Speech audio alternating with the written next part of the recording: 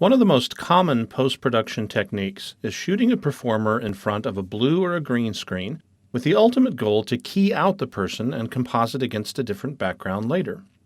Adobe After Effects has long had excellent keying tools, but for years it's been accepted that there's only so much you can do with a bad piece of footage.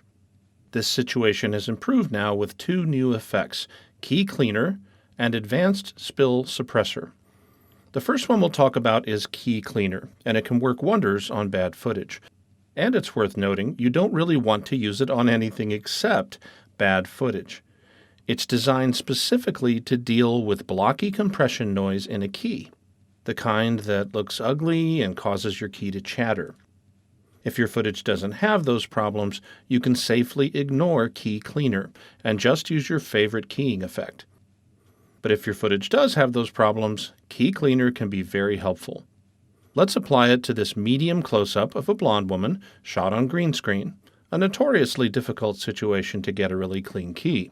This scene is pretty well lit, but the footage is compressed with H.264, and that will produce some artifacts that would ordinarily make this a challenging key.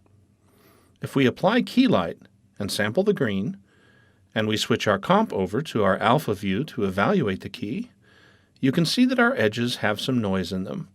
You've probably seen this kind of thing before, and you know how hard it is to get out. Key light can sometimes choke past this, but key light is a fairly complex tool, and not everybody is comfortable with the workflow, and in the end you are still losing detail. There's never been a great, simple solution for fixing this before. But if we apply Key Cleaner after key light, let's see what happens.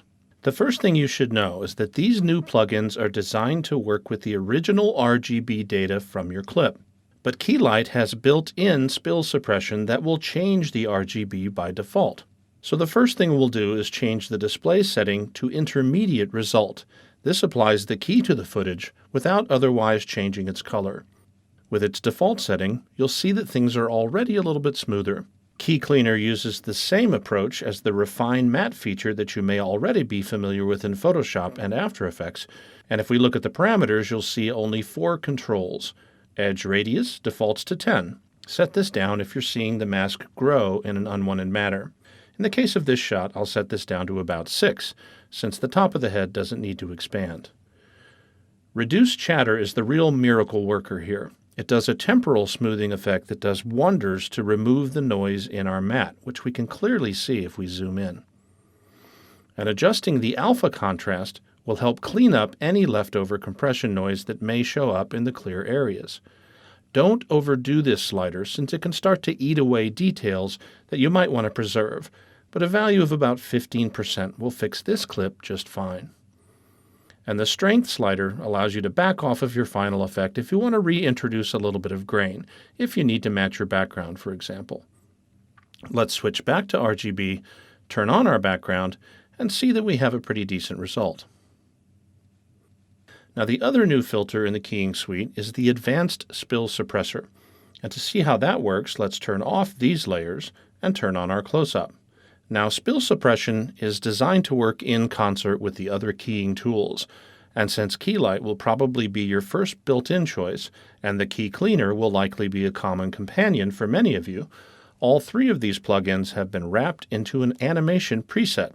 If we just type in the word key into the Effects and Presets panel, you can see it right up here, Key Light plus Key Cleaner plus Advanced Spill Suppressor.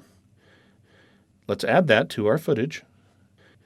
And notice that this adds all 3 effects to the footage, although the spill suppressor is turned off so that we can first evaluate the rest of the matte. Key light is already set to use intermediate result, which is great. We just select our background color, turn on reduce chatter as before, and set the alpha contrast to about 10% this time, and this looks pretty good. But if we turn on our background, we can clearly see that there's a strong green spill still present on our edges. This is really typical of any blue or green screen setup, and it's not the worst thing if the background happens to match the screen color, as in this example. But it can look terrible if there are contrasting colors. Spill suppression helps get rid of that. So if we just turn on our Advanced Spill Suppressor, we can immediately see a better result. And this is what most of you will want to use. However, you can toggle Standard to Ultra to expose a whole new set of controls. In fact, switching to Ultra completely changes how the plugin calculates its results based on the Ultra keyer in Premiere Pro. You only need to poke around in here if you have a specific case, such as refracted color contamination. Otherwise, Standard should serve you well for most footage.